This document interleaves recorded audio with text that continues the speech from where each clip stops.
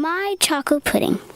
This recipe could be a full meal, a dessert, or a snack, depending on your desire and protein requirement.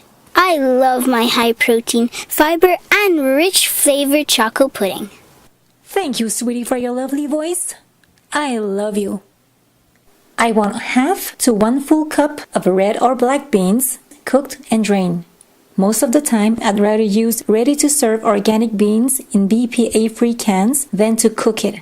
The price-quality ratio is worthwhile and it will save you time. Organic black beans are also a good option for this recipe, and again, BPA and PVC-free cans.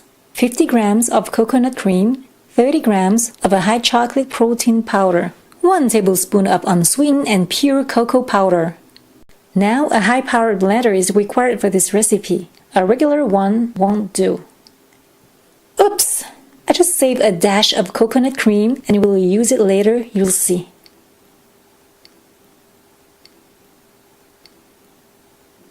My 30 grams of MSG, GMO, gluten, and lactose-free chocolate protein powder.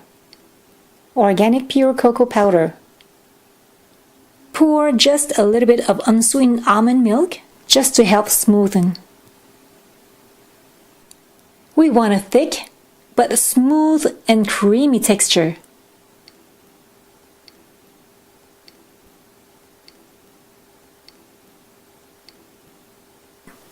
I just scrape some powder stuck on the side here.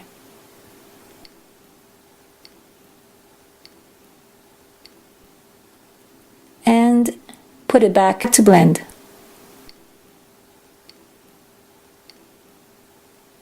Transfer the chocolate pudding in a nice dessert bowl.